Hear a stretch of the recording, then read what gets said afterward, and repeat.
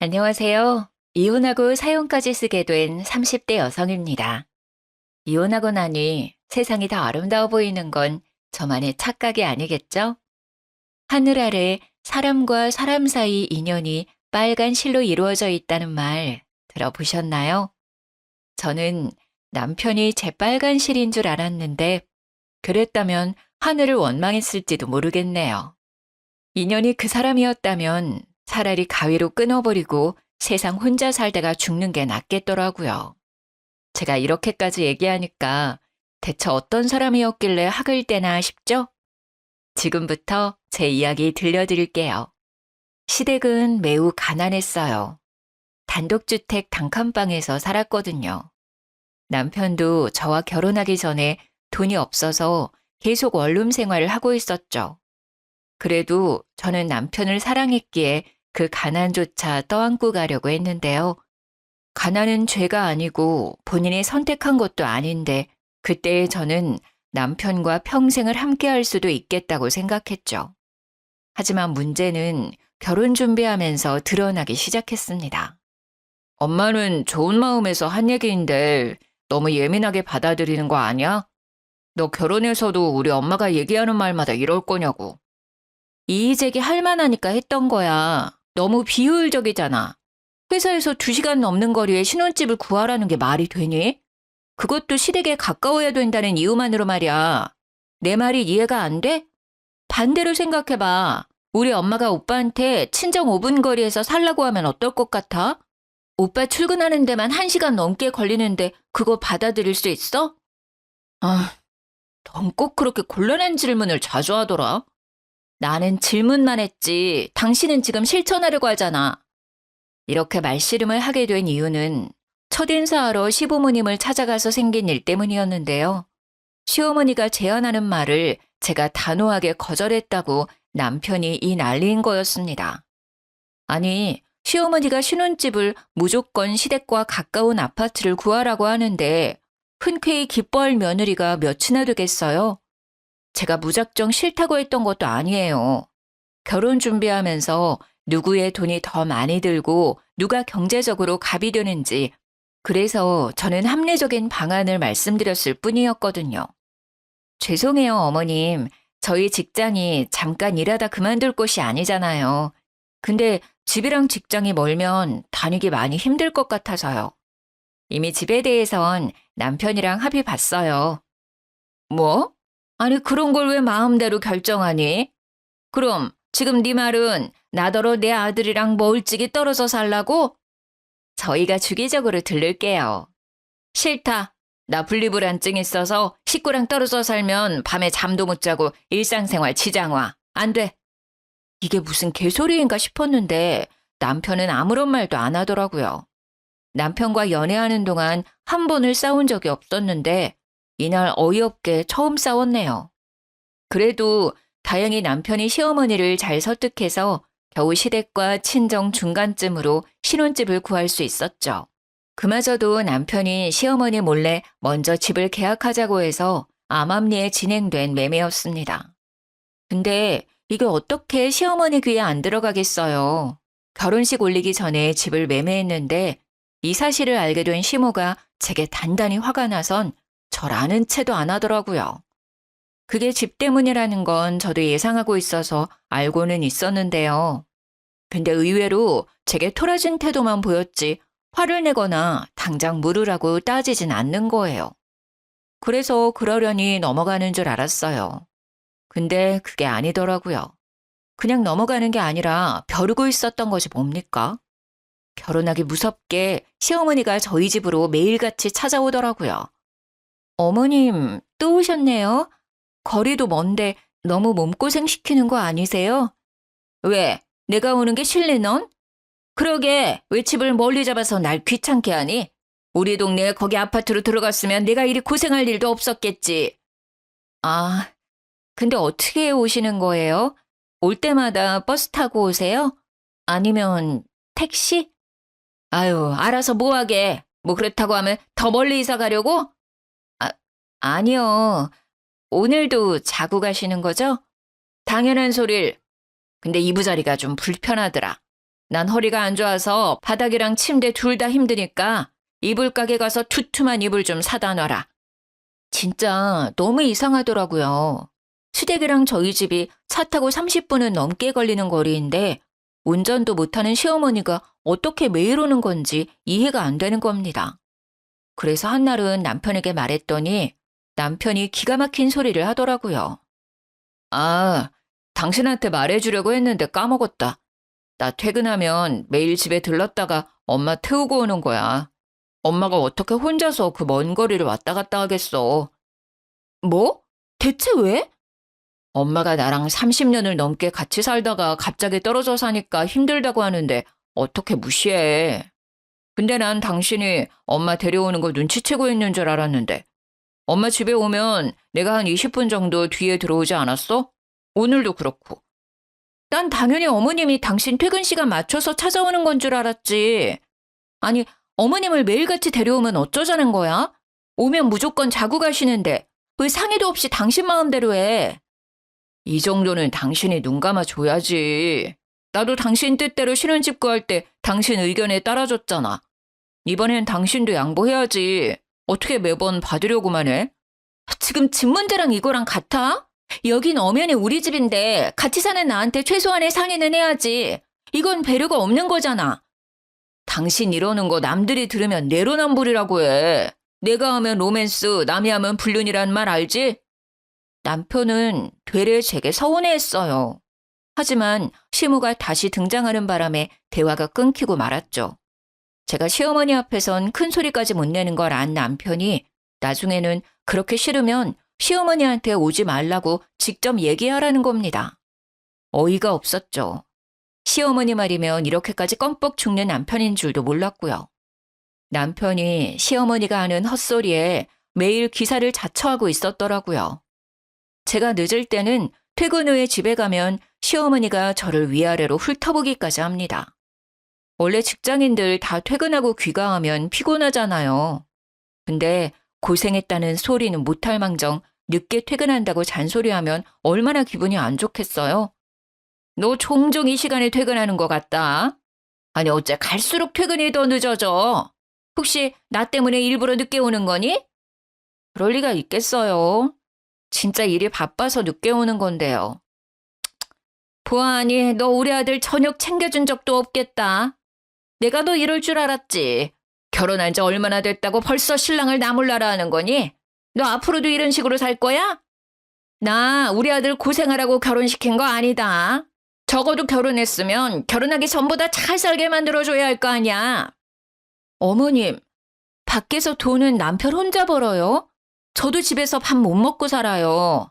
남자는 밖에서 일하면 집에서 얻어먹어도 되고 여자는 밖에서 일해도 집에 오면 또 일해야 하나요? 어머님은 그렇게 살고 계세요? 어머님은 일을 안 하니까 일하는 저한테 쉽게 말하는 건지 모르겠는데요. 어머님도 못 하시는 걸 저한테 바라면 안 되시죠. 뭐야? 이거 봐라. 너 이제 본색을 드러내는 거니? 어쩐지 결혼 인사 왔을 때부터 보통이 아니라 생각했는데 아유, 내가 우리 아들 장가 잘못 보낸 거 아닌가 몰라. 냉장고 텅텅 비워놓는 게 뭐 자랑이라고 그렇게 콧대 높게 구는 거니? 자고로 여자는 집에서 내조만 잘해도 반은 먹고 들어가. 그리고 너 지금 내가 일 안 한다고 무시하는 거야? 부자 하니까 위아래가 없네. 어딜 며느리 따위가. 저도 어머님이랑 잘 지내고 싶거든요. 근데 제가 일 그만두고 남편 돈으로만 먹고 살면 어머님 또 뭐라 하실 거예요? 저더러 어머님 아들 등골 빼먹는다고 뭐라 하실 거잖아요. 이래도 잔소리 저래도 잔소리 할 거 아니까 저도 가식 안 부리고 솔직하게 말하는 거예요. 내가 뭘 그렇게 잔소리했다고 그러니? 네가 나에 대해 워낙 안 좋게 생각하고 있었으니까 그런 착각을 하는 거겠지. 네, 그런 걸로 하죠. 그러니까 어머님도 저 미쳤다고 생각하고 웬만하면 피하세요. 어머님까지 스트레스 받고 싶지 않으면. 시모는 제가 없는 사이 온 집 구석구석을 뒤지면서 제가 퇴근하고 오면 주방, 화장실, 발코니까지 점검하곤 눈에 보이지 않는 먼지까지 들먹이며 잔소리를 하셨어요. 근데 잔소리한 적이 없다니. 그 양심 없는 태도에 순간 며느리 노릇도 하기 싫더라고요. 그날만큼은 시모와 상종하고 싶지 않아서 시모를 두고 방에 먼저 들어가 버렸죠. 그러니까 방문 앞까지 쫓아와서 소리를 지르더라고요. 너 내가 건방지게 군 거 가만 안 둘 거야. 이게 돈 좀 벌고 다닌다고 시애미를 무시하고 말이야. 네가 지금 진짜 잔소리가 뭔지 모르나 본데 너 지금 사과 안 하면 지금 잔소리의 10배, 아니 100배로 보여주마. 얼른 나한테 사과 안 해? 밖에서 시어머니가 저러고 있으니 남편이 무슨 일이냐고 물어보더라고요. 그런데 제 편을 들어주지도 않고 오히려 정색을 하더군요. 기어코 엄마한테 집에 오는 게 불편하다 한 거야? 당신은 어쩜 그렇게 정이 없냐? 그럼 어머님은 얼마나 나한테 정이 있어서 매번 퇴근하고 온 사람을 그렇게 괴롭히는 건데. 그게 무슨 괴롭히는 거야. 네가 딸 같아서 엄마가 챙겨주려는 거지. 솔직히 너 살림 잘 못하잖아. 그럼 살림 고수한테 좀 배운다 생각하고 잘 지내면 안 돼? 가르쳐주려고 잔소리하는 거랑 시비 걸려고 잔소리하는 건 다른 거야. 어머님이 당신한테 하는 게 가르쳐주는 거지. 나한텐 그냥 시비 거는 거나 마찬가지거든? 아이고, 그래. 너 잘났다, 잘났어. 아주 지 말이 다 맞지. 남편 말은 개무시만 하고 말이야. 남편은 결국 저를 밀치고 방문을 열었습니다. 그리고 그날 밤은 저 혼자 침대를 썼습니다. 남편은 거실 소파에서 잤고요. 그 바람에 다음날 아침에도 시모는 왕왕 잔소리를 퍼붓더라고요. 너는 네 남편 거실 밖에서 재우고 잠이 잘도 오디? 한두 번 해본 솜씨가 아니구나. 부부가 싸움하더라도 잠은 한 침대에서 자야 하는 거야. 그 잔소리도 그냥 한 귀로 듣고 한 귀로 흘리고 출근했죠. 근데 제가 그렇게 삐뚤어지게 행동했다고 이를 악물고 저에게 복수를 할 줄은 몰랐습니다. 야근하고 집에 왔는데 아주 경악했지 뭡니까? 주방 테이블에 술병이 굴러다니고 있길래 남편이 회사 사람들이라도 데려온 줄 알았거든요. 그래서 안방을 가봤더니 경악을 금치 못했어요. 남편과 어떤 여성이 누워있는데 두근거리는 심장을 부여잡고 이불을 확 들쳤더니 아니 시모인 거예요. 전혀 예상하지 못했어요. 꼭 붙어서 커플처럼 있을 수 있나요? 아직 시모가 남편을 어린 아기 보듯 대한다는 게 느껴졌죠. 솔직히 그 모습 보는데 너무 징그러워서 그냥 방을 나와버렸어요. 그리고 참을 수 없는 감정으로 다음날 남편에게 말했는데요. 당신 이제 어머님 모시고 오지 마. 한 번만 더 허락 없이 어머님 모시고 오면 난 친정 가서 지낼 거야. 또 왜 이래? 내가 엄마한테 말해서 되도록 당신이랑 안 부딪히게 만들어줬잖아. 제발 당신 편한 대로만 하려고 하지 말고 양보란 걸 좀 해. 양보 안 하는 건 당신이야. 집 때문에 이러는 거니? 집은 나만 좋다고 직장 가까운 데로 구했어? 당신 이 거리도 직장이랑 멀다고 아침마다 툴툴대잖아. 시댁이랑 같은 아파트로 집 구했으면 잘도 출근했겠다. 당신이야말로 당신 엄마 하나 못 이겨서 그 나이 먹고 휘둘리는 거 아니야. 이 사람이 지금 뭐라고 하는 거야? 내가 왜 엄마한테 휘둘려? 내가 앤 줄 알아? 아니었어? 엄마랑 꼭 붙어 자는 꼴 보니까 아직 사춘기도 안 뗀 청소년 아들 같던데? 전날 밤 둘이 꼭 붙어서 자길래 사진을 찍어뒀는데 그걸 보여줬더니 남편이 글쎄 과하게 화를 내면서 제 핸드폰을 바닥에 집어 던져버렸습니다. 너무 순식간에 일어난 일이었어요. 이게 뭐 하는 짓이야? 너야말로 뭐 하는 짓이야? 왜 남의 사진을 멋대로 찍고 그래? 나도 당신 잘 때 몰래 사진 찍어볼까? 사진 찍힌 게 화가 나는 거니 아니면 쪽팔려서 화가 나는 거니? 남편은 얼굴이 시뻘개진 채로 출근했습니다. 그렇게 수치심을 느꼈으니 저는 남편이 일말의 확률로 더는 시모를 데려오지 않겠지 싶었어요. 그런데 웬걸? 남편은 오기를 갖고 또다시 시모를 집에 데리고 왔더라고요. 거기에다 보너스로 시부까지 모셔오고 말이죠. 근데 손에 짐가방이 몇 개 보이더라고요. 이미 불길한 촉이 왔으나 아무것도 모르는 척 남편을 보고 물었습니다. 다들 어쩐 일이세요?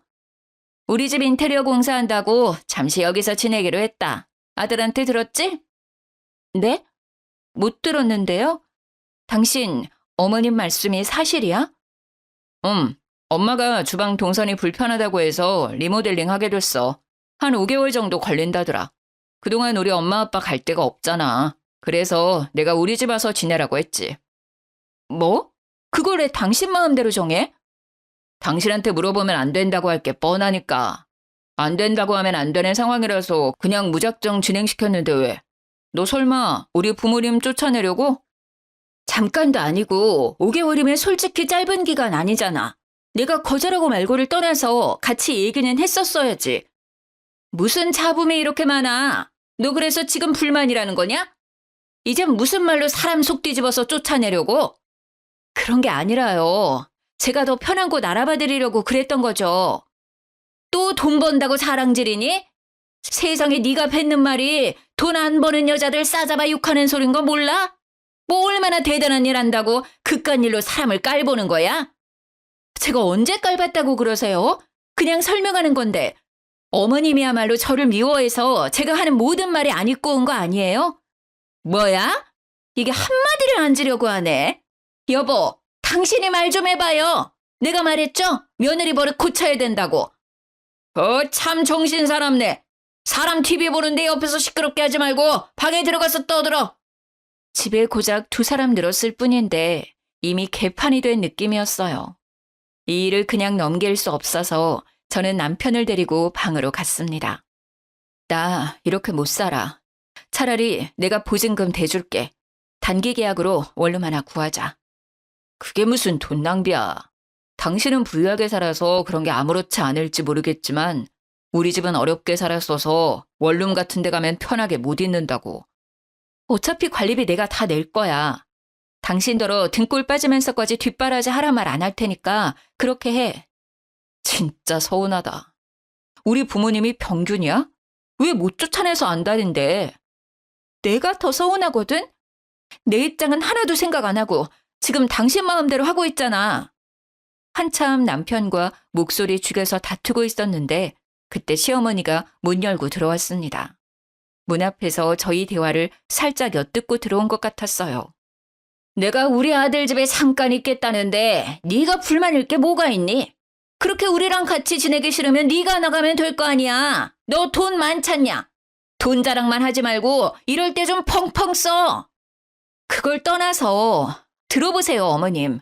공동명의로 한 집이니 저도 지분이 있죠. 대출도 제가 받았는데 어떻게 신랑 집이라고만 할 수 있나요? 어머님은 명절날 고생해서 만든 차례상을 며느리가 혼자 만들었다고 우기면 기분 어떨 것 같으세요?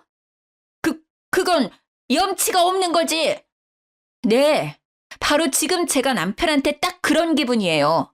자기 소유 집도 아니면서 다들 왜 저한테 의논 한마디 없이 이러시는지 모르겠네요. 시어머니와 언성이 높아지자 시아버지가 방문을 벌컥 열고 조용히 좀 하라고 소리쳤습니다. 그 바람에 시모가 호통치려다 말았어요. 토라져서 획 돌아서 버리더군요. 이미 부모님 들어왔잖아. 그러니까 이번만은 그냥 넘어가. 다음부턴 당신이랑 의논할게. 선심 쓰듯 말하는 남편에게 머리 끝까지 열받아서 저는 끝내 차키 들고 집 밖으로 나와버렸어요. 눈 뜨고 돌아다니는 그 사람들을 마주하고 싶지 않아서 새벽에 늦게 집에 들어갔죠.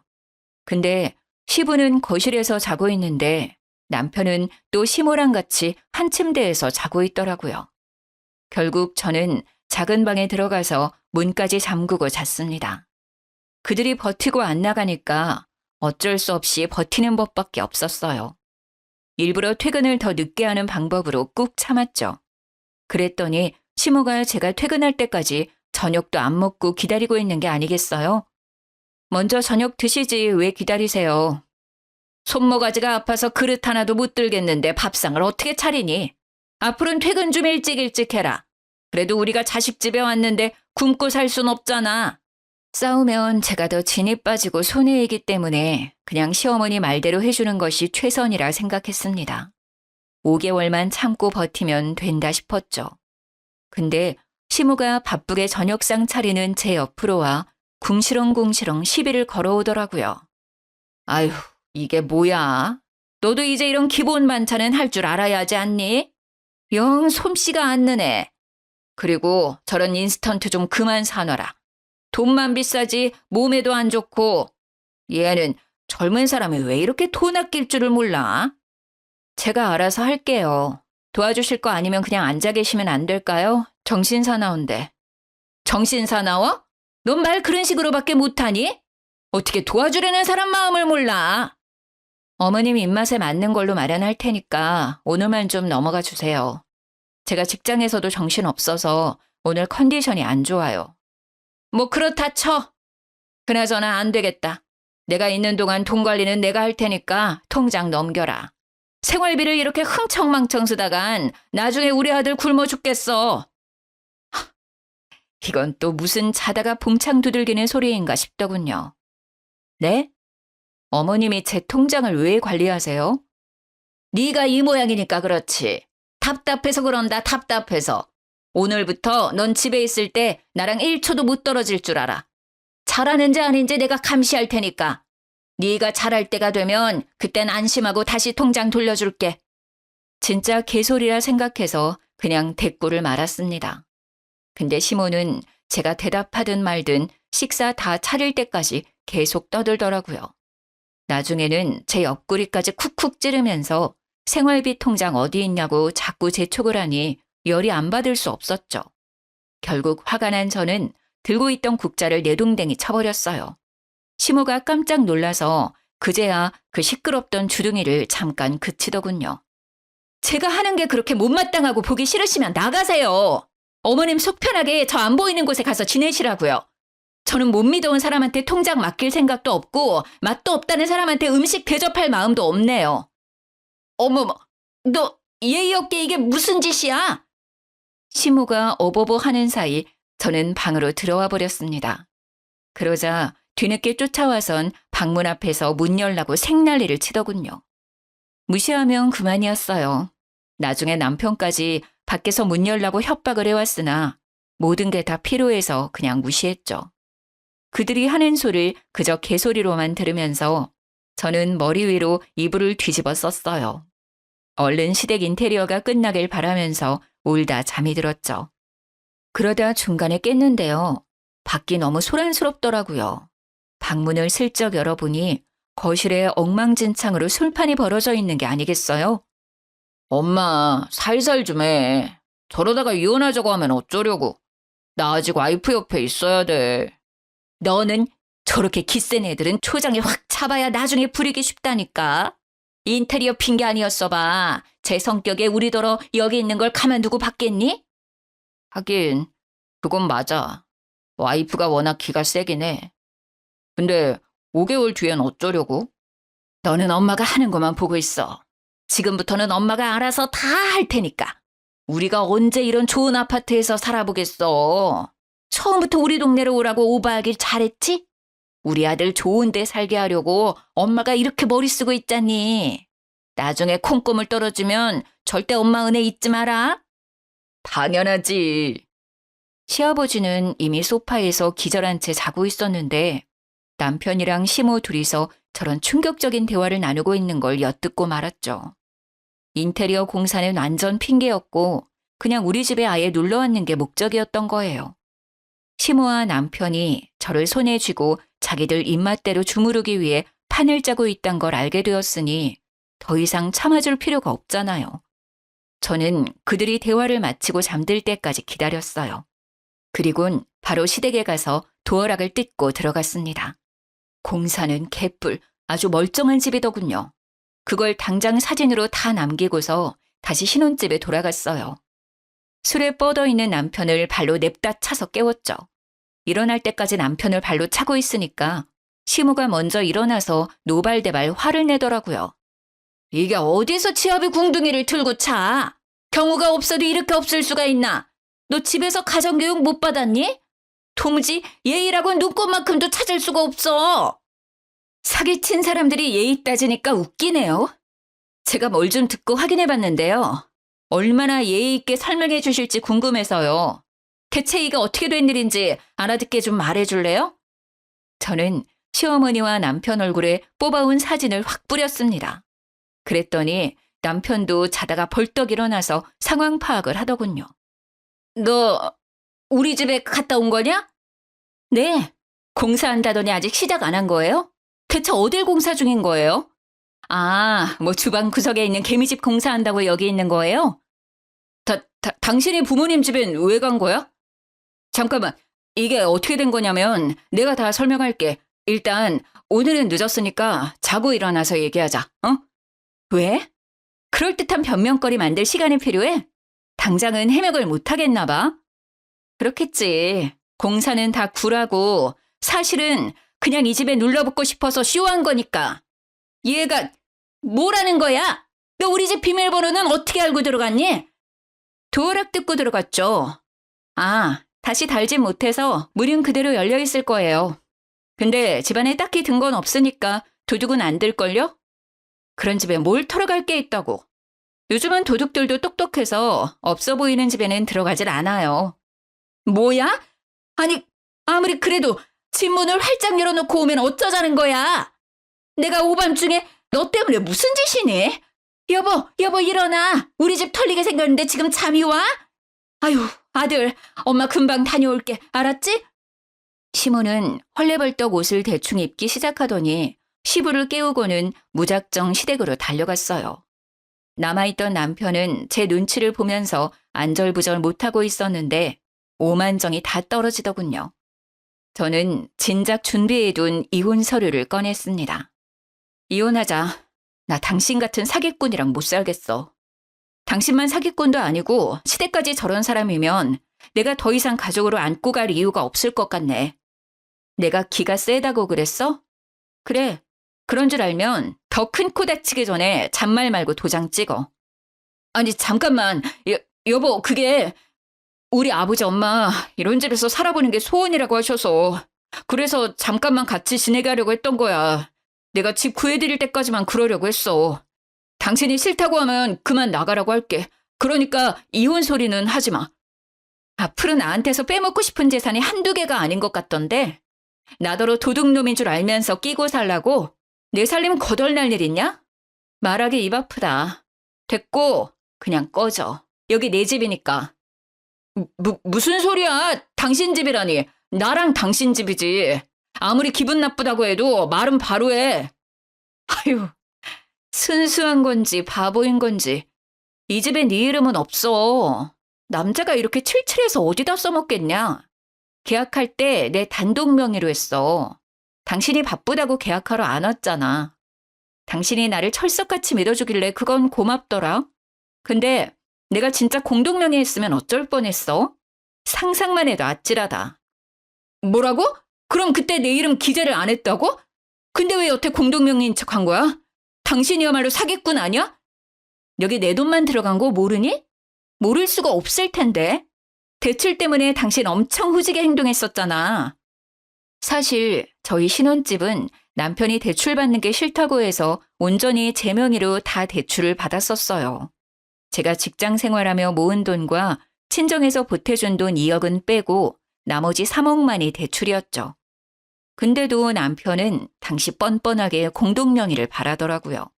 뭐 그땐 남편이 같이 대출금을 갚겠다고 해줘서 공동명의 하더라도 상관없었는데요. 하지만 묘하게 불안해지기 시작했죠. 나 설마 호구 잡힌 건가? 내 돈밖에 안 들어갔는데 남편이 대출금은 제대로 갚아줄까? 이런 생각으로 꽉 차더라고요. 결국 남편을 믿지 못해 당일날 단독 명의로 질러버리고 말았습니다. 역시나 남편이 결혼 후에 대출금은 나 몰라라 하는 걸 보며 단독 명의로 계약한 건 천만다행이라 생각했죠. 저 혼자 대출금을 갚고 있었거든요. 남편한테 달라고 누누이 말했지만 돈 없다는 말만 주구장창 입에 올리며 신세 한탄만 할 뿐이라 그마저도 하다 말았네요. 결론은 신혼집에 남편 돈이 100원도 안 들어갔다는 사실이에요. 근데 마침 그때가 부동산 값이 폭등할 시기라 5억 주고 산 집이 13억으로 올랐었거든요. 그걸 남편도 알고 있어서 더 안절부절 못했던 거예요. 어쩜 모자가 저리도 뻔뻔한지. 말 안 해도 모자인 걸 세상 사람들이 다 알겠더라니까요. 말도 안 돼. 이건 사기야. 당신 날 속인 거라고. 뭐래? 돈도 한 푼 안 낸 놈이 말이 많다?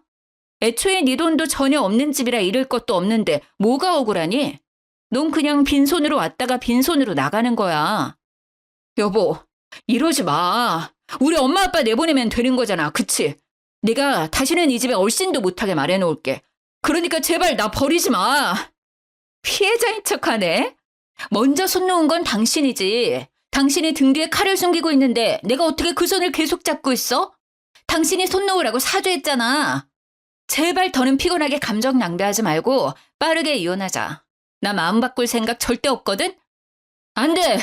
나 진짜 가진 거 없단 말이야. 부모님도 내가 다 부양해야 해. 근데 나 지금 모은 돈이 하나도 없어.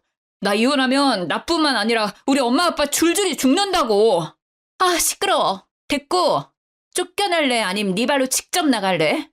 이것 정도는 당신이 선택할 수 있게 해줄게. 여보, 진짜 1억이야? 내가 이 상황에서 당신한테 무슨 짓을 할 줄 알고 사람을 이렇게까지 나락으로 보내? 무슨 짓 해봐.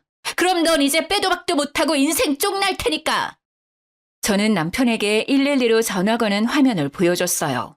그러니 남편이 우선은 진정하고 나중에 다시 얘기하자며 시댁으로 도망가 버리더군요. 다음 날 시모가 남편을 데리고 다시 나타났습니다. 도어락 교체비 내놓으라고 쳐들어온 거죠. 너 때문에 괜히 엉뚱한 돈 나가게 생겼잖아. 돈 내놔. 퉁치는 게 어때요? 어머님이 내 집에서 먹고 자고 싸고 있던 그 돈보단 적을 거거든요. 저는 그 돈 딱히 안 받을 생각이었는데 이렇게 나오시면 저도 그 돈 다 받을까 싶네요. 뭐야? 이게 시어머니한테 못하는 말이 없어? 어디서 따박따박 말대꾸야? 그리고 너 공동명의라고 하더니 뻔뻔하게 사기를 쳐? 우리라고 사기죄로 신고 못할 것 같냐? 사기는 당신네들이 먼저 했고 난 거기에 정당방위로 대응했을 뿐인데요.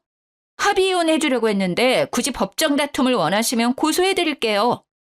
참, 내 집에 함부로 들어왔으니 주거 침입도 추가할게요.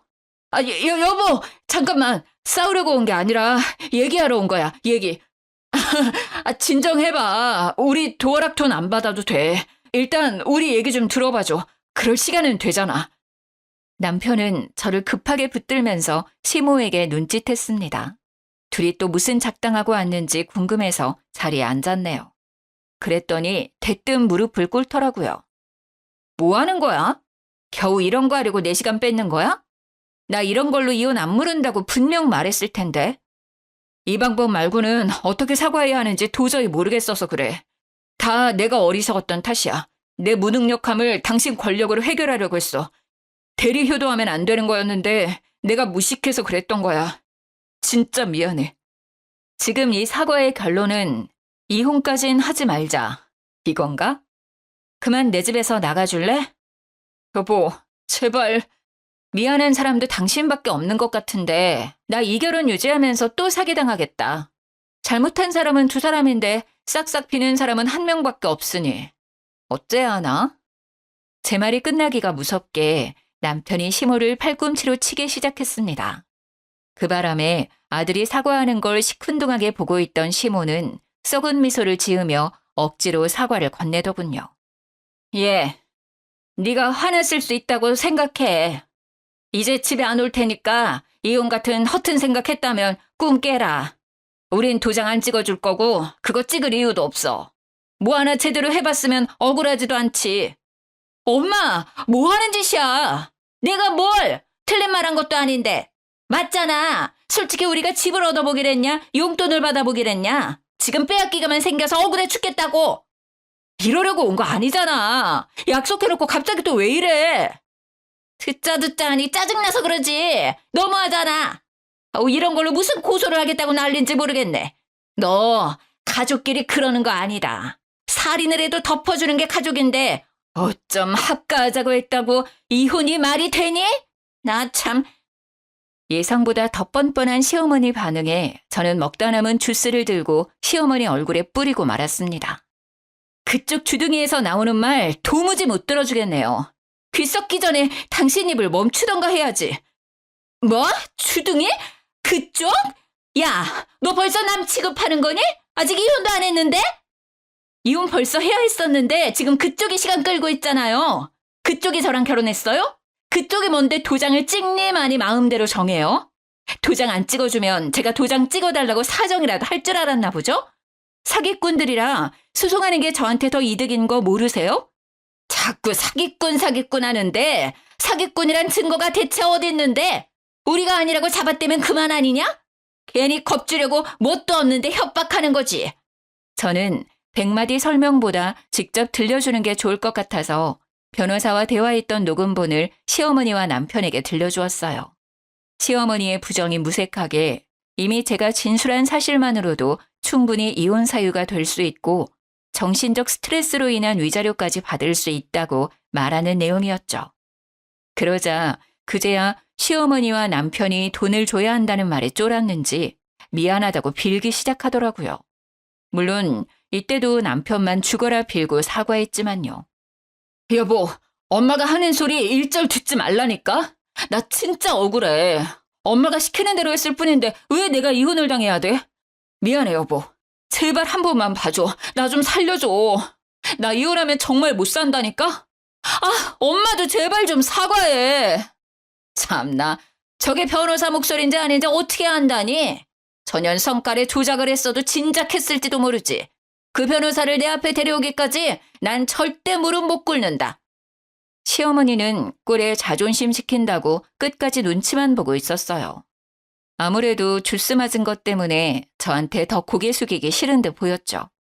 그렇다고 뭐 제가 그들의 사과를 받아줄 것도 아닌데 시어머니의 사죄 따위 받아도 그만 안 받아도 그만이었거든요. 저한테 돈 주는 게 아깝지 않은가 봐요. 그럼 저야 감사하죠. 거한 용돈 받는다고 생각해도 되겠죠? 제발 재판 끝까지 그 마음 유지하길 바랄게요. 합의는 없는 걸로 할 테니 번복하지 마세요. 여보, 안 돼. 알겠어. 그럼 그냥 합의하자. 도장 찍어줄게. 합의서 이리 줘. 남편이 합의서를 뺏으려고 하길래 제가 먼저 갈기갈기 찢어버렸습니다.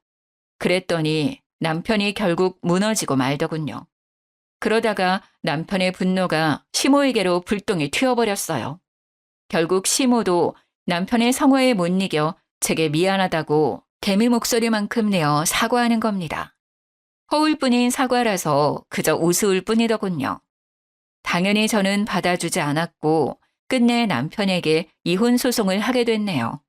물론 시모 때문에 받은 정신적 고통에 대한 위자료 청구도 했죠. 그 뒤로 그렇게 한 집에 살기 좋아하던 시댁 식구들은 이혼 소송이 끝나니까 언제 그랬냐는 듯이 뿔뿔이 흩어졌다고 들었습니다. 전 남편은 다시 원룸을 구해서 혼자 지낸다고 했고 그 가족들은 다시 낡아빠진 집에서 틀어박혀 조용히 산다고 하네요.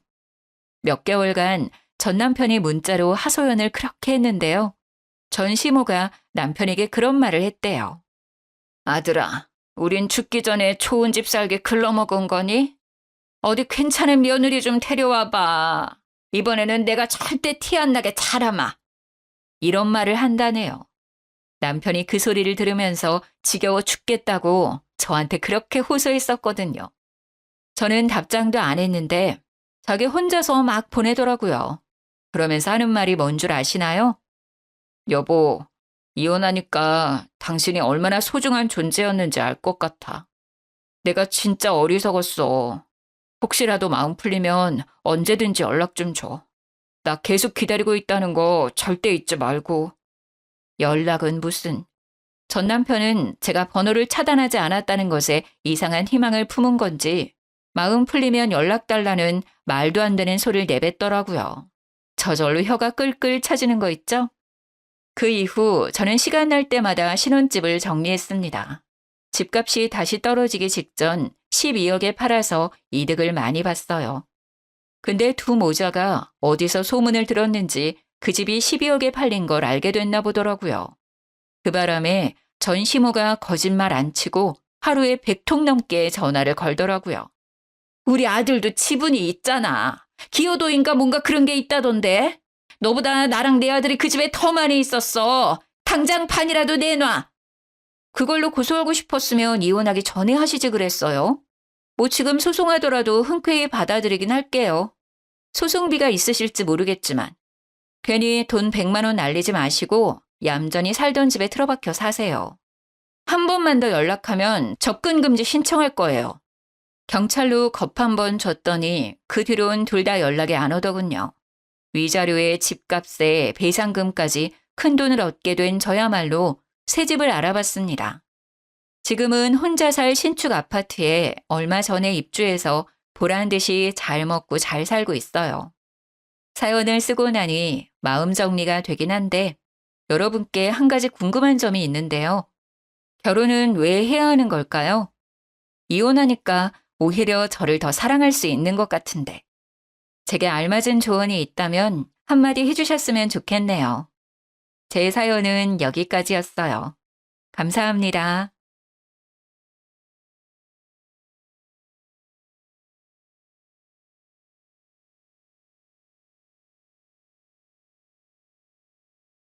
안녕하세요. 저는 경기도에 살고 있는 30대 중후반 여성입니다. 지극히 평범한 삶을 살던 저였는데 전 남편 때문에 하루아침에 막장 드라마의 주인공이 되어 있더라고요. 저는 현재 친정에서 5살 난 딸아이를 키우고 있습니다. 이혼할 때 이 험한 세상 어떻게 혼자서 어린 딸내미 키우겠냐고 진심으로 걱정해 주시는 분들도 계셨지만요. 무작정 이혼하지 말라며 오지랖 부리는 분들도 많았습니다. 웬만해서는 이혼하지 말고 꾹 참고 살지 그랬냐고 말씀하시던 분들은 결국 나중에 제 이야기를 듣고 나면 이혼 너무 잘했다고 박수를 쳐주십니다. 저도 남편이 그 짓만 안 했더라면 이혼까지는 안 하고 적당히 참고 살았을 것 같아요. 제 딸이 아빠 없이 크기를 바라지 않았으니까요. 하지만 그런 아빠를 딸 곁에 둘 바엔 한부모 가정이 낫겠다 싶었습니다. 사실 망설이다 사연 보내게 된 이유도 저도 사람인지라 제 이야기를 여러 번 하기 힘들기 때문입니다. 과거의 기억을 계속 끄집어내면 그때의 감정이 되살아나 너무 힘들어요. 전 남편과 사내 부부였기에 제 이혼은 더욱더 사람들의 관심 대상이었어요. 아직까지도 가까운 동료들 말고 그 외의 사람들에게 왜 이혼했냐, 딸 있는데 어쩌다 이혼했냐, 이런 말들을 가끔 들어요. 그래서 앞으로는 링크 보내주면서 제 사연이라고 간단하게 말하고 싶어서 이렇게 사연 보내게 됐습니다. 읽어주실지는 잘 모르겠습니다만 제 이야기 한번 솔직히 털어놓을게요. 앞서 말했듯이 저와 전 남편은 사내 부부였습니다. 남편도 저도 아주 평범한 회사원이었죠. 다만 저는 과장으로 승진할 때 남편은 여전히 평사원이었어요. 남편은 평소에 일과 명예에 대한 욕심 같은 건 그다지 없는 사람이었습니다. 그냥 주어진 일만 잘해내자 하는 스타일의 사람이라 승진을 욕심내거나 모험 같은 건 하지 않았던 거죠. 반면에 저는 남들 쉴 때 하지 않아도 될 일까지 더 많이 일했어요. 좋은 회사에 입사했으니 되도록 높은 곳까지 승진하는 게 꿈이었거든요. 그랬던 제 욕심이 결국 어린 나이에 과장까지 될 수 있게 만들었죠. 시어머니는 맛있다고 꽤 소문나 있는 한정식 집을 시아버님과 운영하고 계셨습니다. 남편 집안도 평범한 편이었는데 한 가지 너무 스트레스였던 게 있었어요. 결혼 전에는 몰랐는데 결혼 후 그 점이 엄청 두드러지더라고요.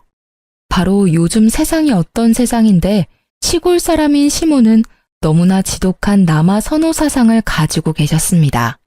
아가, 넌 다른 거 다 필요 없고 그냥 아들만 낳으면 돼. 네? 아들이 최고야. 지금은 잘 모르겠지? 근데 나중에 알게 돼. 안 그래요, 여보? 그렇지. 아무렴 아들이 최고지. 저는 만약 애를 낳아도 성별 상관없이 똑같이 사랑스러울 것 같아요. 그리고 아기 성별이 뭐 제 마음대로 되는 게 아니니까요. 시부가 평소에도 시모한테 잡혀 살고 있어서 그런지 몰라도 언제나 어머님 옆에서 듣기 좋은 맞장구만 치셨습니다. 옛날에 시모도 시집살이를 하도 많이 당해서 시부가 종종 그 긴 세월 죄스럽다고 아내 말을 전적으로 따르시는 분이었거든요. 반면에 맞장구를 치지 않고 항상 솔직한 의견을 말하는 제게는 시모가 가끔 눈을 흘기며 못마땅해 하셨죠. 얘야, 넌 어쩜 어른이 말하는데 그렇게 꼭 따박따박 네 의견을 덧붙이고 싶니? 어른들 말씀 떠받들고 그러려니 해야지. 마음가짐이 틀려먹었네. 아들 가지고 싶다고 온 가족이 성심껏 빌면 삼신할매가 어련히 건강한 아들 점 찍어줄 텐데 말이야. 네, 저희 시모는 시조부모님과 몇십 년을 함께 살아오신 영향 때문인지 연세보다 더 옛날 사람 같았어요. 그래서 저는 임신 준비할 때 겁도 살짝 났습니다. 나중에 제가 임신했을 때도 아이의 성별에 따라 차별하실까 봐서요.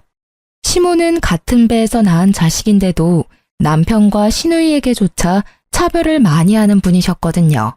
제가 남편에게 은근히 그런 문제로 걱정하는 티를 내자 남편은 제게 오히려 앞서 생각하지 말라고 하더군요. 여보, 혹시 말야, 나중에 나 임신해서 아기 낳았는데 딸이면 미움받는 거 아니야? 에이, 우리 엄마 그러실 분 아니셔. 그리고 첫째는 아들 나올 거야, 걱정 마. 첫째가 아들일 걸 어떻게 확신해? 아직 낳지도 않았는데? 아, 엄마가 엄청 기도 다니시거든. 자긴 몰랐지? 헐, 그러니까 더 부담스럽네. 부담은 무슨, 걱정하지 마. 그냥 뭐 아들, 딸 하나씩 골고루 낳고 사는 거지. 하지만 결혼 생활 얼마 안 가 임신을 하면서 제가 걱정하던 것들은 곧 현실이 되더군요. 임신하고부터 시댁의 모든 관심은 뱃속의 아이 건강이나 제 건강이 아니었어요. 오로지 아이의 성별을 궁금해하더군요. 그날도 남편은 산부인과 진료를 혼자 받고 온 제 신경을 긁었어요. 아들이야? 아니, 공주님. 뭐야? 그러다 땅 꺼지겠다? 당신 그 한숨 무슨 의미야? 남편은 제게 혼자 병원 잘 다녀왔냐는 그런 말도 없이 다짜고짜 뱃속 아기가 아들이냐고 물었어요. 제가 딸이라 답하자 본인이 원했던 대답이 안 나와서인지 남편은 세상 깊은 한숨을 내쉬더라고요. 여자애라는 거지? 미치겠다. 미치겠다? 당신 그게 도대체 뭔 반응이야? 바쁘대서 나 혼자 병원 다녀왔어. 그럼 적어도 잘 다녀왔냐고 묻는 게 먼저 아니야? 어련히 당신이 잘 다녀왔겠지. 그니까 내 눈앞에 멀쩡히 서 있는 거 아니야. 아니, 첫애는 아들을 낳아야 하는데 우리 엄마 성격 알잖아. 에이씨, 나도 딸보단 같이 목욕탕 갈 수 있는 아들이 더 좋은데. 딸이든 아들이든 우리 자식인데 당신 어떻게 그따위로 한숨을 쉬냐는 거야. 당신 이러는 거 뱃속 아이가 모를 것 같지? 다 듣고 있어. 그리고 전에는 상관없다며. 수만 번 내쉰 거 가지고 거 되게 뭐라 하네. 당신 진짜 아무리 임산부라지만 너무 예민하다. 뱃속 아이가 뭘 알아듣겠어. 아무것도 안 들리고 아무것도 안 보이는데. 그리고 전에는 당신이 꼭 아들 낳을 것 같은 예감이 들어서 그랬던 거고. 지금 예민하게 만드는 게 누군데. 당신도 이러는데 어머님은 도대체 뭐라고 하실지 벌써부터 두렵다. 에휴. 그러길래 아들이면 얼마나 좋냐고. 딸은 나중에 또 낳으면 되잖아. 무식한 소리 좀 그만해. 아들, 딸 내가 뭐 골라서 임신하는 건 줄 알아? 너 학교 다니면서 성교육 받기는 했어? 말이 그렇다는 거지 왜 화를 내? 좀 속상해서 한마디 한 거 가지고 서방한테 무식하다고 말한다고? 말 좀 조심해. 너 우리 엄마 앞에서 그런 말 하면 큰일 나. 너나 임산부 앞에서 말 가려서 해. 그럼 우리 엄마는 뭐 가만 계시겠니? 배는 점점 더 불러오고 몸은 너무 불편한데 남편은 너무나 제 편이 아니더라고요. 애아빠 될 사람이 하다못해 저희 애기 편도 아니었고요. 그렇게 저는 대판 싸우고 남편과 각방을 썼습니다. 그즈음 안 그래도 배가 불러오니 시모 역시 아기 성별을 집요하게 캐물으셨거든요. 남편과 시모가 나란히 저를 쪼아대니 온 세상 정내미가 뚝 떨어졌어요. 이상하다. 이제 의사가 은근히 말해줄 텐데. 아직도 애기 성별 정확히 모르니? 네, 어머님. 참나, 너가 나한테 말해주기 싫은 건 아니고? 안 되겠다. 다음 진료 때는 내가 병원에 따라가마. 아들인지 딸인지 내가 직접 두 눈으로 확인해야겠어. 어머님, 저 좀 그냥 놔두시면 안 돼요? 뭐? 출산 날까지는 더 스트레스 안 받고 싶어요. 스트레스라니? 내가 언제 너한테 스트레스를 줬냐? 어머머, 너 정말 웃긴다. 너 괜히 날 나쁜 셈이 만들지 마라. 누가 들을까 무섭다 얘. 어머님 저한테 매번 전화하실 때마다 아들인지 딸인지 물어보셨잖아요. 한 번 더 물어보시면 저 스트레스 받아서 기절할지도 몰라요. 어머, 협박하니 지금? 어머님, 저 건강하게 출산하고 올게요. 그때까지만 배려 부탁드려요. 저는 끝끝내 출산날까지 아이의 정확한 성별은 시댁에 절대 비밀로 했습니다. 각방 쓰는 남편에게도 똑똑히 경고했어요. 출산일까지 절대 안정 취하고 싶으니 뱃속의 아이의 성별은 비밀이라고요. 만에 하나 시모께 딸이라 미리 말하면 당장 이혼이라고 신신당부했습니다. 남편은 이혼은 하기 싫은지 제 말을 잘 듣더라고요. 그렇게 출산일까지는 별일 없었어요. 일어났어? 엄마, 아빠는 아직 못 오셨어. 열심히 달려오시는 중이야.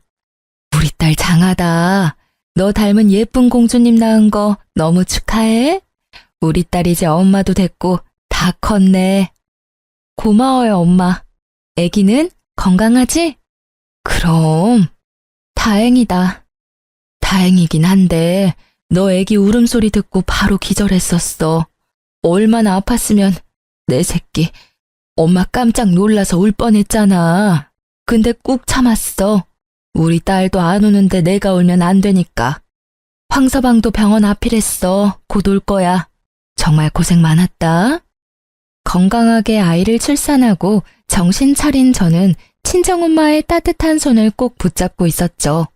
그런데 어디서 서러운 울음소리가 들려오더군요. 그 소리는 곧 제 병실과 가까워졌고 저는 그게 시모의 울부짖음이라는 걸 단번에 알 수 있었습니다. 첫 손주가 딸이라니. 자식은 아들만 있으면 된다는 말을 달고 살았던 아들바라기 시모는 역시나 제가 딸을 낳았다는 소식에 어디 초상난 듯 병원에서 오열을 했습니다. 시모가 엉엉 우는 모습에 어디 누가 돌아가셨냐고 지나가는 다른 환자나 보호자들이 조심스럽게 물어보기까지 했어요. 당연히 친정 부모님께서는 그 상황을 엄청 불쾌해하셨어요.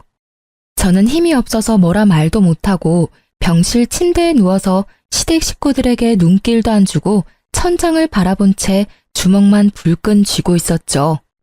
남편은 옆에서 그 상황을 수습 안 하고 뭘 하고 가만 서 있는 건지 너무 화가 났습니다. 아이고, 어쩜 좋아. 아이고, 딸이라니, 계집이라니. 아니, 사돈, 정말 너무하신 거 아닙니까? 건강하게 출산한 내 딸 고생했다 격려는 못해줄 망정 귀한 손주 태어난 날에 뭘 그렇게 서럽게 울어요? 갓 태어난 애보다 더 우는 게 지금 말이 됩니까? 어디 초상 났어요? 그 상황에 눈치 없이 시누이까지 제가 딸을 낳았다고 속상한 티를 내더군요. 사돈 어르신, 저희 엄마 마음은 아마 잘 모르실 거예요. 그렇게 손자 낳기를 바라시고 기도하셨는데 와보니 난데없이 손녀딸이니까 얼마나 당황스러우시겠어요? 옳게도 참 미리 언질이라도 하던가 어떻게 출산일까지 숨겨 그걸? 뭐요? 사돈 처녀, 딸이면 또 어떤데요? 손녀도 얼마나 이쁜데 당황스럽다고요? 진짜 이해를 못하겠네. 계속 그렇게 우는 소리 하면 저희가 뭐가 됩니까? 아이고 답답해. 사돈, 내가 오죽하면 이러겠어요. 그렇게 아들만 낳아달라고 부탁을 했는데 그게 어렵습니까? 대단한 며느님께서 괘씸하게도 뱃속에 애가 여자인지 남자인지 출산일까지 말을 안 해서 이 사단이 났잖아요. 아이고 어쩌냐? 왜 하필 첫째가 딸이야? 환자분 아직까지는 안정 취해하니까 조용히 해주세요. 그리고 병실에서 이렇게 소란스럽게 하시면 안 됩니다. 하지만 시모는 아랑곳하지 않고 대성통곡을 하더라고요. 저는 참다 없는 힘 다 끌어모아서 남편에게 시댁 식구들 데리고 당장 병실에서 나가라고 악을 썼습니다. 어머님도 어머님이지만 방관하는 남편놈 역시 가만 못 두겠더라고요. 제게 달려오지는 못할 망정 시모 옆에 서서 부축만 하는 꼴을 보는데 얼마나 기가 막히던져. 하마터면 출산하다가 죽을 뻔했는데 내가 딸 낳았다고 저렇게 오열을 하신다고?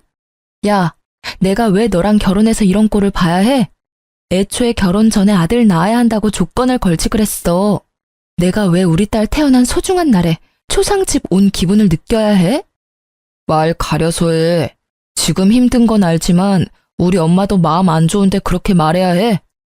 야, 울고 싶은 건 나야. 정신 차려. 어머님, 울고 싶은 건 저예요. 그렇게 바라던 아들은 어머님께서 아버님이랑 노력해서 한 명 더 낳으시던가 하세요.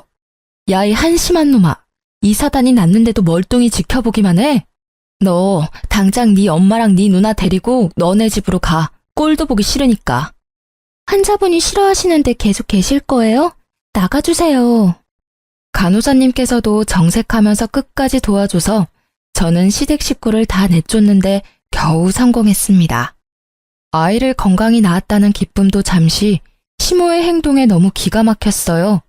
그리고 친정엄마 앞에서 세상 창피했습니다. 저는 남편에게 곧바로 문자를 남겼어요. 아이 얼굴 절대 시모한테 보여주기 싫다고 혹여나 애기 얼굴 보러 올 생각은 꿈에도 하지 말라고요. 그 후로 친정 부모님이 번갈아 병원에 와주셔서 그나마 안정을 되찾았습니다. 그런데 제가 뭐 반대한다고 해서 시댁에서 아기를 못 보러 오겠습니까? 그 난리를 피워놓고는 또 아기를 보러 오기는 했대요. 친정 부모님 말씀으로는 남편은 다리에 힘이 풀려서 주저앉아서 기뻐하며 울었답니다. 막상 지 눈으로 자기 새끼 보니 감격스러웠겠죠. 제가 바랬던 반응이 그거였는데 왜 일을 이렇게 만든 건지 원망스럽기도 하더군요. 그리고 시모와 시누이는 저와 남편 적절하게 반반 섞여서 너무 귀엽고 사랑스럽다며 한참을 자리를 뜨지 못했다고 합니다. 친정엄마께서 그 모습을 직접 보는데 어이가 없으셨대요. 그렇게 좋아할 거면 그날 왜 그리 모질게 행동했는지 이해가 안 되신다고요.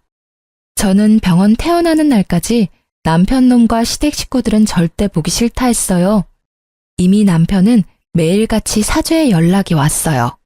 자신이랑 꼭 닮은 아이를 뒤늦게 정신을 차린 건지 아님 갑자기 부성이라도 샘솟아나는 건지 아주 제게 싹싹 빌더라고요. 여보, 태어나는 날까지 어떻게 못 오게 해. 계속 처갓집에 있을 거야? 장모님 장인어른께서도 힘드실 거야. 우리 부부잖아. 집으로 돌아와. 애기도 너무 보고 싶단 말이야. 남편 노릇 아빠 노릇 해야 할 때 안 하고 이제 와서? 미안해. 내가 진짜 미안해, 여보. 장모님 장인어른께도 따로 찾아뵙고 용서 구했어. 당신만 나 용서해주면 진짜 앞으로는 잘할 수 있어. 엄마한테 안이 돌리고 두 공주님들 내가 잘 모시고 살게, 응? 우리 딸 눈 떴으면 아빠 보고 싶을 텐데 제발 화 풀면 안 돼? 애기 생각해서라도 한 번만 봐주라. 우리 엄마도 엄청 반성하고 계셔. 내가 그 후로 얼마나 엄마한테 대들었는지 몰라.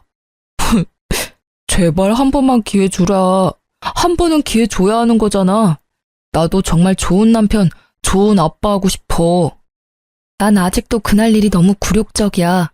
어머님이랑 당신 가족들, 지금 시대가 어느 시대인데 아들 못 낳았다고 병원에서 그 난리를. 잘못했어. 무릎 꿇고 이렇게 빌게. 일단 생각해 볼게. 집에는 안 올 거야? 당장은 못 가. 내 마음이 그래. 그렇게 저는 사과하는 남편에게 매몰차게 굴었어요. 당연히 출산 날부터 이혼을 생각하고 있었거든요. 그렇게 마음이 상했는데 사과한다고 해서 바로 없던 일이 되거나 제 마음이 회복되지는 않으니까요. 그런데 어머님은 사과하러 오셨다가 눈뜬 저희 딸을 보더니 아주 딴 사람이 되시더라고요. 애가 어쩜 이렇게 예쁘게 태어났니? 아이고 그랬어요 우리 공주님. 뭐가 그렇게 궁금해서 눈이 동그래졌어. 할미야, 내가 네 친할미다. 알아보겠어? 어이구 지난번에 봤을 때보다 더 볼이 오동통해졌네. 언제 할미라고 불러줄래? 갓난 애기가 뭘 안다고 끊임없이 말을 거는 시모의 마음이 결코 거짓은 아니라고 생각 들더라고요. 시모는 아이가 눈을 깜빡이기만 해도 좋아서 어쩔 줄 몰라 하시며 조심조심 아기 곁을 맴두셨어요. 그 모습을 보는데 벼랑간 눈물이 핑 돌더라고요. 저한테 왜 그렇게 모질게 구셨어요? 애기 이렇게 예뻐하실 거면서요. 그러게나 말이다. 내가 한치 앞을 모르고 말이야. 미안했다. 이제 화 좀 풀면 안 되냐? 공주님 잘 키울 수 있게 많이 도우마. 한 번만 너가 이 늙은이 딱 한 번만 봐주면 안 되겠니? 그놈의 딸 아들 순서가 뭐가 그렇게 중요하다고. 아들이야 또 낳으면 되는 건데. 이렇게 예쁜 공주님 앞에서 통곡했으니 내가 미친 인간이야. 그렇게 젊은 시절 시댁에서 당하고 살아놓고 말이야. 내가 우리 어머님 너무 경멸하는데 정신 차리고 보니 아주 똑같이 너한테 행동하고 있더라고. 아무쪼록 내가 미안하다. 전에 들어본 적 없는 시모의 너무 다정한 목소리에 진심 어린 사과에 저는 그만 시댁 식구들을 전부 용서하고 말았습니다. 모두가 진심으로 제 딸아이를 예뻐하는 게 느껴졌으니까요. 신우도 진작에 시모 따라 분위기에 휩쓸려서 그랬다며 너무 미안했다고 이미 찾아와서 제게 용서를 구했었고요. 친정 부모님께도 이미 마음이 어느 정도 풀리셔서 이제 제가 선택하라고 해주셨어요. 저는 결국 이혼하려던 결심을 지우고 열심히 딸아이를 남편과 사랑으로 키웠습니다. 그 일들이 벌써 5년 전 이야기네요. 그때는 제가 나중에 남편과 시모 그리고 시누이에게 뒤통수를 맞으리라고는 상상도 못했었습니다. 제 하나뿐인 소중한 딸은 친정 부모님께도 물론 예쁨을 많이 받았지만 시부모님께서 특히나 예뻐하셨어요. 어머님께서는 더 이상 딸아이라고 차별도 절대 안 하셨죠. 하지만 은근히 손자도 보고 싶으신지 다른 소식은 또 없냐고 종종 물어보셨습니다. 손녀딸도 그렇게 애지중지하시는데 손자는 또 얼마나 예뻐하시겠어요? 저도 한 명 더 낳고 싶었지만 당장은 육아휴직이 끝나고 회사에 다시 복직해야 했고 하나로도 좀 버거워서 둘째 계획은 조금 미루고 있었습니다. 그러다 첫째가 어느 정도 자라니 마음의 여유가 생기더군요. 남편은 연차가 쌓여 연봉 협상도 새로 하고 저도 과장까지 진급하니 이제 둘째를 마음 놓고 가져도 되겠다 싶었어요. 그런데 막상 계획이 생기고 남편과 노력했지만 이상하게 아이가 안 생겼어요.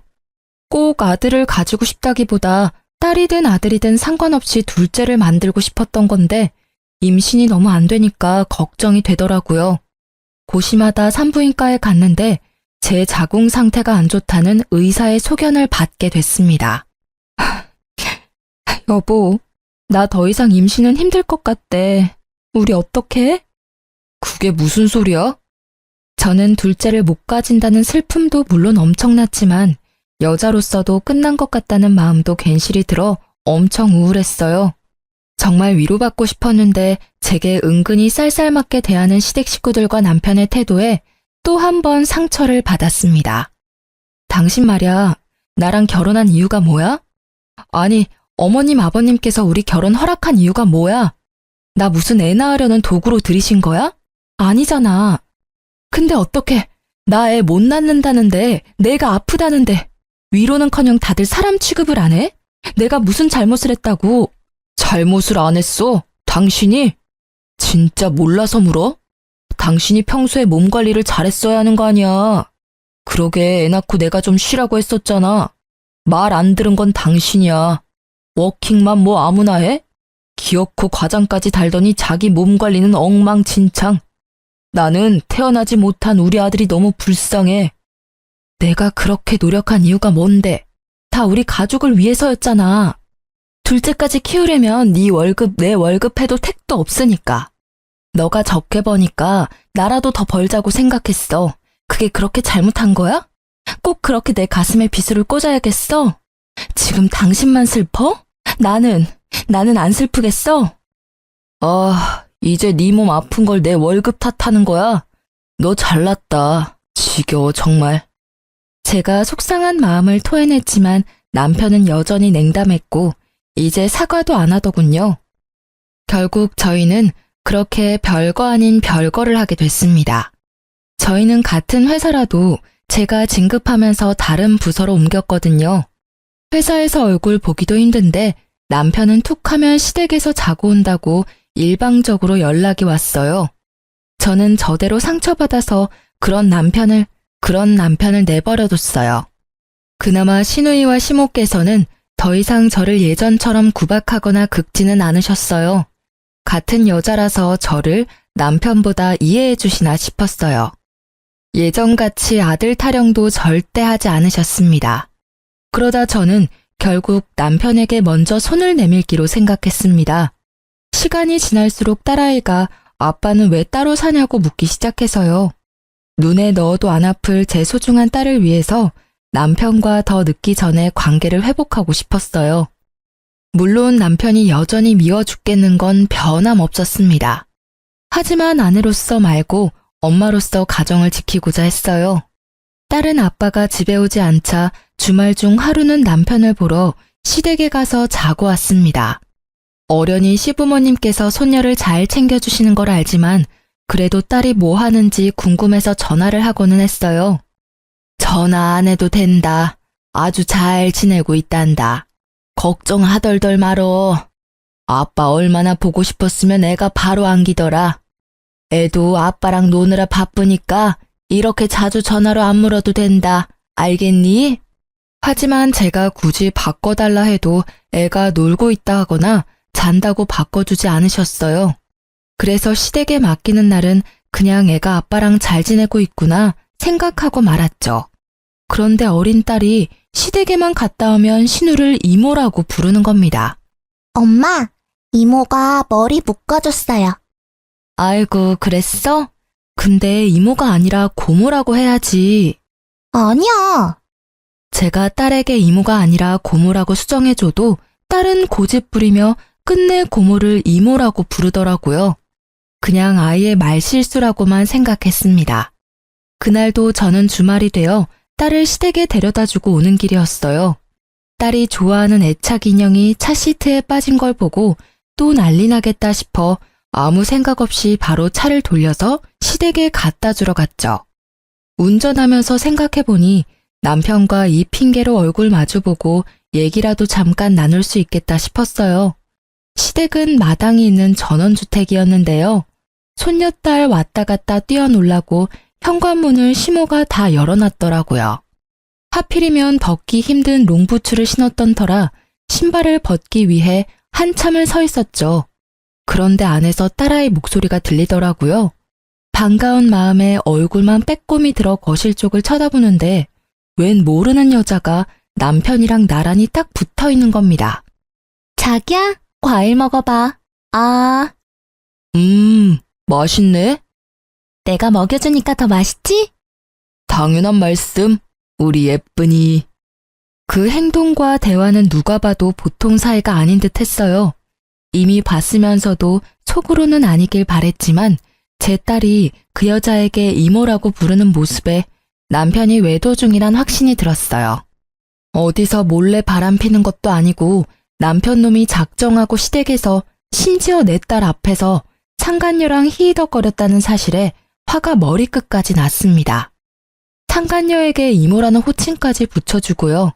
활용점정으로 그 순간 시모의 목소리가 들렸습니다. 이제 우리 시은이가 이모 말고 엄마라고 부르는 습관을 들여야 할 텐데. 엄마 해봐, 시은아. 싫어. 엄마는 집에 있어. 어머니, 아직 일러요. 아직 그 사람이랑 이혼도 안 했는데 차근차근 진행해요. 시은이 혼란스럽겠어요. 그래도 우리 새애기가 듣기 서운하잖니. 곧 엄마 될 사람이 얜데. 어머님, 저는 괜찮아요. 저 금방 신이랑 친해질 자신 있어요. 이렇게 저를 잘 따르잖아요. 엄마라고 금방 불러줄 거예요. 그치, 시은아? 그 장면에서 저는 피가 거꾸로 솟는다는 기분을 잘 알게 됐습니다. 살면서 그렇게 분노해 본 적 없었거든요. 당장 시댁 들어가서 다 엎고 싶더라고요. 하지만 어린 딸에게 평생 그 장면이 트라우마로 남을지 모르겠다는 생각도 들더라고요. 또 제가 방금 보고 들은 것 외에는 제게는 남편의 외도에 대한 아무런 정보도 증거도 없었으니까 저는 그대로 물러날 수밖에 없었어요. 이를 꽉 깨물고 겨우 참아서 시댁을 빠져나왔죠. 저는 곧바로 비싼 돈 주고 흥신소에 의뢰했습니다. 아주 사소한 것부터 결정적인 것까지 상간녀 정보와 남편의 행적들을 탈탈 털어서 증거를 차곡차곡 수집했어요. 그리고 둘이 어떻게 만나게 됐는지도 알아봐 달라고 했죠. 돈이 있으니 세상 참 못 알아볼 게 없더라고요. 제게 돈이라도 없었으면 어쩔 뻔했나 싶었습니다. 상간녀는 꽤 유명한 헤어샵의 수석 디자이너였습니다. 저는 우선 상간녀부터 참교육하려고 그 샵의 원장에게 비싼 돈을 주고 예약을 했습니다. 제가 시술 받으러 가니 상간녀의 표정이 일그러지더라고요. 제 얼굴은 모를 줄 알았는데 어떻게 알고 있었나 봅니다. 정확하지는 않지만 저는 웃으면서 상간녀가 들리게 원장에게 말했습니다. 원장님, 제 남편이 바람을 피고 있는데요. 제가 곧 그 상간녀 참교육시키러 갈 거거든요. 그러니까 머리 예쁘게 좀 해주세요. 네, 고객님 진짜 잘 오셨어요. 저만 믿으세요. 제가 진짜 끝장나게 우아하고 고급스럽게 해드릴게요. 마음 단단히 먹으셔야 해요. 원장은 신나서 상간녀 흉을 보더라고요. 그러자 상간녀는 묘한 눈빛으로 저희 쪽을 힐끔거렸습니다. 그런데 저기 저 디자이너는 내가 어디서 뵌 것 같은데 낯이 많이 익네요? 혹시 저희 어디서 봤던가요? 네? 아니요, 초면입니다. 제가 좀 많이 흔하게 생겼어요. 상간녀의 반응을 보니 상간녀는 틀림없이 제 얼굴을 아는 듯 했어요. 원장의 시술이 끝날 때까지 상간녀는 본인 손님에게 실수할 만큼 제게 온 신경이 쏠린 듯 했어요. 아, 죄송합니다. 뜨거우셨죠? 아니, 오늘 왜 그래 너? 정신 어디다 두고 왔어? 오늘 좀 일찍 퇴근해도 될까요? 몸이 안 좋아서요. 실수를 타박하는 원장에게 몸이 아프다며 미꾸라지처럼 빠져나갈 궁리를 하더라고요. 그걸 저는 가만둘 수 없었죠.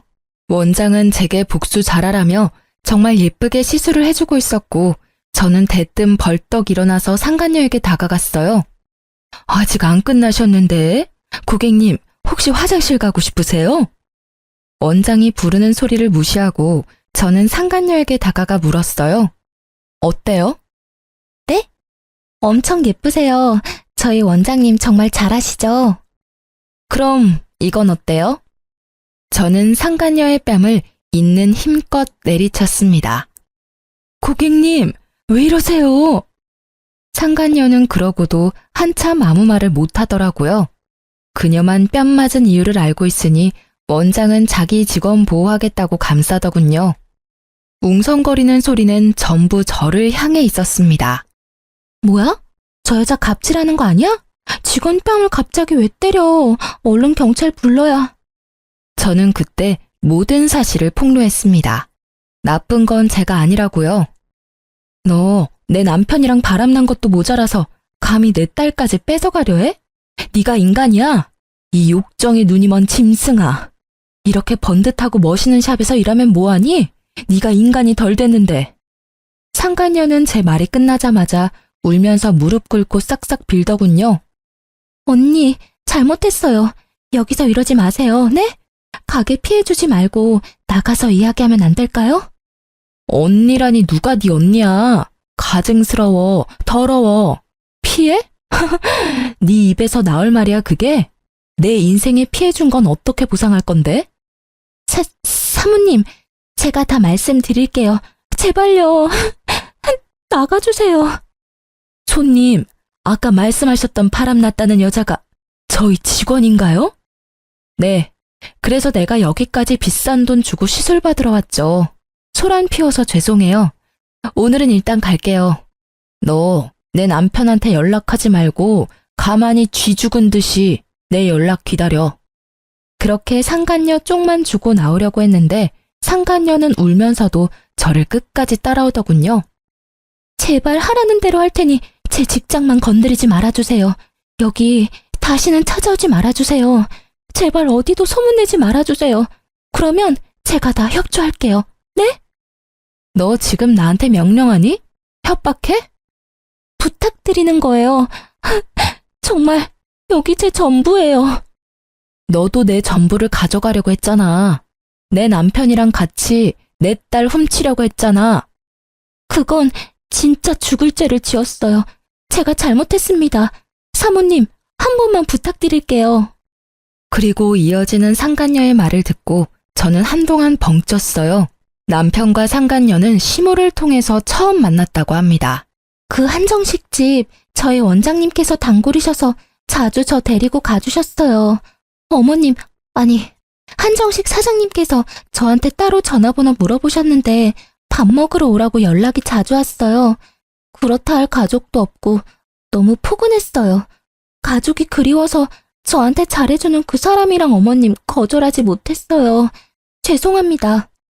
그러니까 저희 시모께서는 제가 더 이상 애 못 낳는다고 하자 손수 새 며느리감을 찾으신 거예요. 상간녀에게도 대놓고 손자 낳아줄 새 며느리감 찾는다고 했대요. 손자만 낳아준다면 평생 잘해주겠다고요. 그 엄마의 그 아들이라고 그렇게 시모가 소개시켜준 새 여자와 새 출발하겠다고 조강지쳐 버릴 계획이었던 남편이었네요. 괘씸하게도 시댁과 남편은 저 빠질 생각이었대요. 저 이제 다 말씀드렸으니까 더 이상 여기 안 찾아오실 거죠? 내가 왜 네 말을 들어줘야 하니? 뭐 하긴 나한테 위자료 주려면 너 열심히 일해야겠다. 저 뭐든 다 할게요. 제 커리어만 건드리지 말아주세요. 네? 자기 커리어는 소중하고 남의 인생은 소중하지 않은지 어이없는 상간녀의 태도에 저는 재미있는 계획을 세웠습니다. 너 방금 뭐든 다 한댔지? 네, 뭐든요. 저는 회사 미팅 시간에 상간녀를 초대했습니다. 지금 생각해보면 저까지 회사 잘릴 위험이 있던 거였는데 그때는 복수에 눈이 멀고 정말 절박했었나 봐요. 상간녀는 아무것도 모른다는 얼굴로 저희 회사에 찾아와서 남편 이름을 대며 남편을 찾았습니다. 황주성 씨 어디 계세요? 누구세요? 황주성 씨 여자친구요. 누구냐고 묻는 직원들에게 상간녀는 당당히 여자친구라고 말했습니다. 회사에 와달라고만 했지 그런 건 시키지도 않았는데 상간녀는 알아서 남편을 골탕 먹이더라고요. 전체 미팅이라 여러 부서가 모여 있었는데 대부분 저희가 부부라는 걸 알고 있는 분들이셨죠.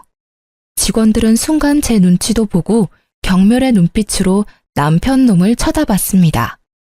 아무것도 모르고 남편 놈은 걸어오다가 상간녀 보고 귀신 본 듯이 놀라더군요. 네가 여기 어떻게... 자기야, 도대체 이혼을 언제 한다는 거야? 내가 언제까지 기다려야 해? 마누라랑 이혼할 마음은 진짜 있긴 한 거야? 주성 씨, 나 가지고 논 거야? 자기 부인 이제 애 못 낳는다며. 나보고 아들 낳아달라고 했으면서 왜 자꾸 이혼을 미뤄? 상간녀의 연기에 저는 빵 터졌어요. 그 상황은 연기였지만 그 말들은 전부 사실이었으니까요. 저는 그대로 남편 놈에게 다가갔고 남편은 아니라고 뒷걸음질 쳤어요. 여보, 그런 거 아니야. 누가 좀 저 미친 여자 당장 나가라고 해요. 난 모르는 여자거든요. 모르는 여자라니 섭섭하겠다. 네 애인이잖아. 시댁에 꽁꽁 숨겨두고 주말마다 내 딸 불러서 상간녀한테 엄마라고 부르게 했잖아. 내가 모를 줄 알았어? 당신 다 알고 있었어? 설마 쟤 여기 부른 거 당신이야? 회사에서도 딴 살림 차리고 싶어서 네가 부른 거 아니고? 난 모르는 여자라니까. 저는 이미 남편 몰래 미팅 준비하는 척하며 그의 핸드폰을 가져가서 남편 톡 프로필 사진을 상간녀와 아주 다정하게 찍은 사진으로 해놨었습니다. 회사 직원들은 물론이고 이미 사진 본 지인들은 미친 듯이 연락 오고 난리난 상태였죠. 남편 놈에게 핸드폰을 돌려주니 경악하더군요. 야, 진짜 이게 다 네가 벌인 짓이야? 감히 회사에서 이런 장난질을 해? 사진도 바꿔놓고 아주 나 엿먹으라는 거지? 아니, 이건 내가 벌인 짓이 아니라 네가 내 뒤에서 벌인 짓이지. 바람핀 것도 모자라서 감히 내 딸 시은이까지 나한테서 뺏으려 했어? 저는 업무 파일을 들고 그 모서리로 기분 나쁘게 남편 놈의 머리를 콩콩 찍어줬습니다. 당장 아작내고 싶은데 내가 너보다 직급이 높아서 참는다. 과장이라 참는 거야. 황주성 사원, 빨리 저 여자 데리고 나가. 회사 분위기 엉망으로 만들지 말고. 남편 놈은 분해서 어쩔 줄 몰라 하며 개거품 무는 모습에 저는 너무 통쾌했습니다. 야, 네가 어떻게 이래? 쪽을 줘도 이렇게 주냐? 저는 침착한 반면에 남편이 발악을 하니 주변 남자 사원들은 저를 보호해주더군요. 뒤늦게 나타난 부장은 회사에서 이게 무슨 짓이냐고 상간녀 데리고 나가라고 남편에게 소리쳤어요. 남편에게 회사에서도 조치를 취하겠다고 일침을 날리셨죠. 물론 저도 어느 정도 징계는 받을 거라 생각했습니다. 그렇게 울그락불그락하는 남편에게 상간녀는 머리에 꽃다네처럼 팔짱을 끼자 남편은 상간녀의 뺨을 내려치고 씩씩거리면서 나갔어요. 상간녀는 제게 아련한 눈빛으로 이 정도면 됐냐고 묻는 듯 했습니다. 그 후로 남편은 불륜으로 큰 무리를 일으켜 권고사직 권유받았어요. 왜 과장이 벌인 일에 본인이 피해받아야 하냐고 남편은 부장님이랑 싸웠답니다.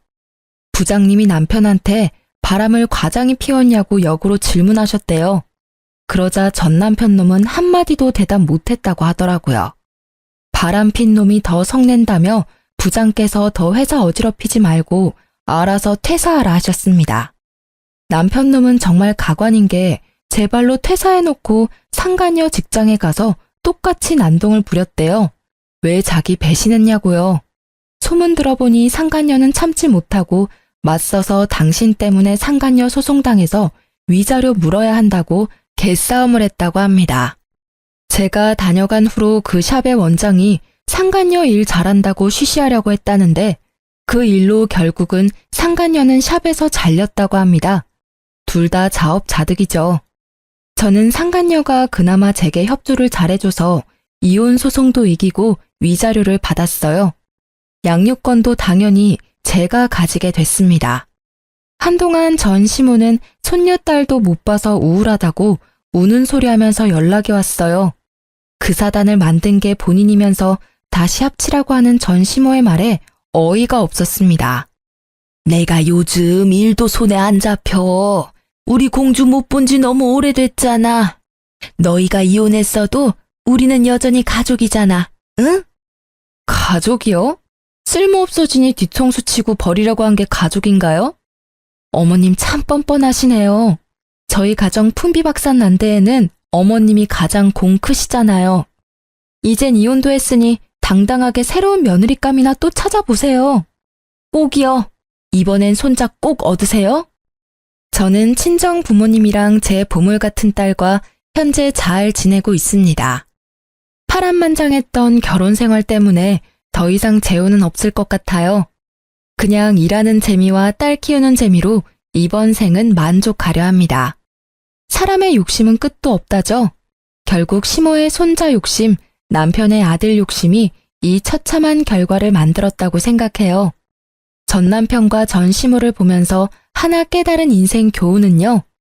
누군가의 뒤통수를 치면 곧 그게 부메랑이 되어서 다시 본인에게 날아온다는 거예요. 친절과 선행은 베풀지는 못해도 악행과 배신은 살면서 절대 하지 말아야 해요. 저도 착하지는 못해도 남들 피해 안 주며 정직하게 딸아이 열심히 키우도록 하겠습니다. 지금까지 제 긴 사연 들어주셔서 너무나 감사합니다.